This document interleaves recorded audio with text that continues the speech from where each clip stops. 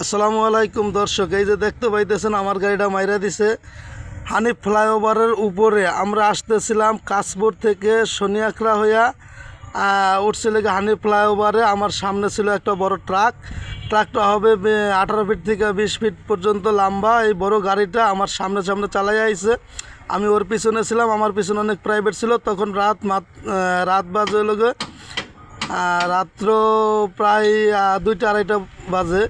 ওই মুহূর্তে হানিফ ফ্লাইওভারের উপরে গাড়িটা গুলিস্তান নামার টার্গেট ছিল, কিন্তু গুলিস্তান নামার প্লেস পার হয়ে সোজা চলে গেছে, যে রাস্তা ঢাকা মেডিকেলের দিক গেছে। ও করছে কি, পার হয়ে চলে যাওয়ার পরও এমন একটা প্লেস, ওর পিছনে আমি থেকে আমার বামে ঢোকার কোনো সিস্টেম ছিল না। তারপরও ও গাড়িটা ব্যাগে দিল, ব্যাগে দেওয়ার পরে আমার গাড়িটা লেগে গেল। আমি ওকে চিল্লাফাল্লা করলাম যে ব্রেক করেন, ব্রেক ব্রেক। তারপর ও গাড়িটা ব্রেক করলো না, হর্ন দিয়ে ধরে রাখলাম। ও ডান বাম কিছুই খেয়াল করলো না, গাড়িটা ব্যাগে দিয়ে আমার গাড়িটার ভিতরে লাগিয়ে দিছে। আমার গাড়িটা লাগানোর পরে আমি ব্রেক ছাইড়া দিলাম। ব্রেক ছাড়ার পর আমার গাড়িটা প্রায় 2 থেকে 3 হাত পিছনে চলে গেছে। ভাগ্যের পিছনে কোনো গাড়ি ছিল না, প্রাইভেট কার ছিল অনেক দূরে, যার জন্য একমাত্র ওর গাড়ি বাজায় দেওয়া না আমার গাড়ির ক্ষতি হয়েছে। এই দেখতে পাচ্ছেন সামনে, এই সামনের খোমাটা সামনের থেকে আমার সামনে বসে ব্যাগে দিয়ে আমার সামনে মারছে। হ্যাঁ, ব্যাগে গিয়ার লাগায় মারা তো বুঝে নেই কী পরিস্থিতি। একটা হলো ঢালে চলে আসা, আর একটা হলো গিয়ার লাগায় মারা। ও আমার ওইখানে লাগায় দেওয়ার পরে শেষ ফিনিশিং পিছন থেকে প্রাইভেট ড্রাইভাররা আসলো, আমি ওরে আটকাইলাম। আটকানোর পর বলতেছে যে ফ্লাইওভার থেকে নেমে যা করার করেন, এটা একটা মীমাংসা করেন। এই যে দেখেন ছুটে ফেলাইছে, যদিও আমার এটা সামনে একটু জং ধরা ছিল, খাওয়া ছিল। এরপর ও বাকিটা আমার মনে করেন যে মারাত্মক আকারের ক্ষতি করেছে, দেখতে পাচ্ছেন টেপ পড়ে গেছে। এরপর ওরা আমি সুযোগ দিলাম যে ওস্তাদ সামনে বামে চাপান। ও করলো কি, ফ্লাইওভারের টোল দিয়া নাইমা এমনভাবে টান শুরু করছে। ও এই গাড়িটারে টানতে টানতে ঢাকা মেডিকেলের সামনে দিয়া ঢাকেশ্বরী মন্দির হইয়া এরপরে আজিমপুর দিয়া বেরিবাদে উঠছে। বেরিবাদ থেকে বাবুবাজার ব্রিজের পাশ দিয়ে, বাবুবাজার ব্রিজের নিচ দিয়া যাইয়া ও গেছে দোলাইখালের থেকে।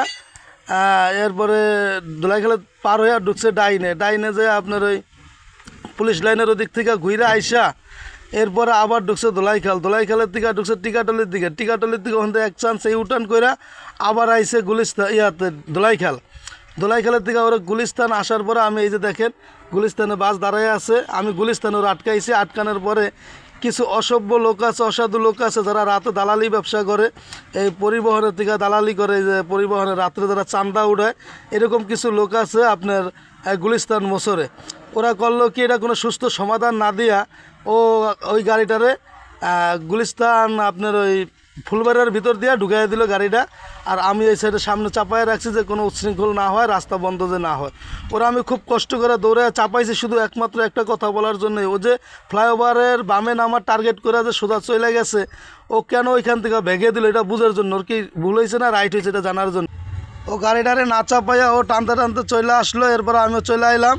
চলে আসার পরে ওর সাথে আমার দেখা হইলো গিয়া ঢাকা কলেজের সামনে, হ্যাঁ, সায়েন্স ল্যাবরেটরি আসার পরে ওর সাথে দেখা। আবার আমার সামনে পড়ছে, আমি ওকে ডাক দিলাম যে ওস্তাদ গাড়িটা ব্রেক করেন, আপনার সাথে দুটো কথা আছে। ও গাড়িটা টানতে টানতে চলে আসলো, বইলাপুরে এসে আর এক গাড়ির মাইরা দিল। দেখেন এই গাড়িটার মাইরা দেওয়ার ওর একমাত্র বেপরোয়া চালানোর কারণে। ও যদি দাঁড়াইয়া আমার সাথে দুটো কথা বলতো তাইলে কিন্তু এই দুর্ঘটনাটা ঘটতো না। দর্শক আপনারাই বলেন, ও যেভাবে বেপরোয়া চালাইয়া আমার গাড়িটারে বাজায় দিয়ে ওই গাড়িটারও বাজাইলো, ও যদি দাঁড়াইতো তাহলে এই দুর্ঘটনা ঘটতো না। দর্শক আপনারা কমেন্টে জানিয়ে দেবেন ও কি কাজটা ভালো করছে না খারাপ করছে। দর্শক আমি বলতে চাইতেছি, এরকম দুই একজন বেপরোয়া চালকের কারণে, দুই একজন ড্রাইভার এরকম বেপরোয়া চালানোর কারণে মনে করেন যে সকল ড্রাইভারের বদনাম।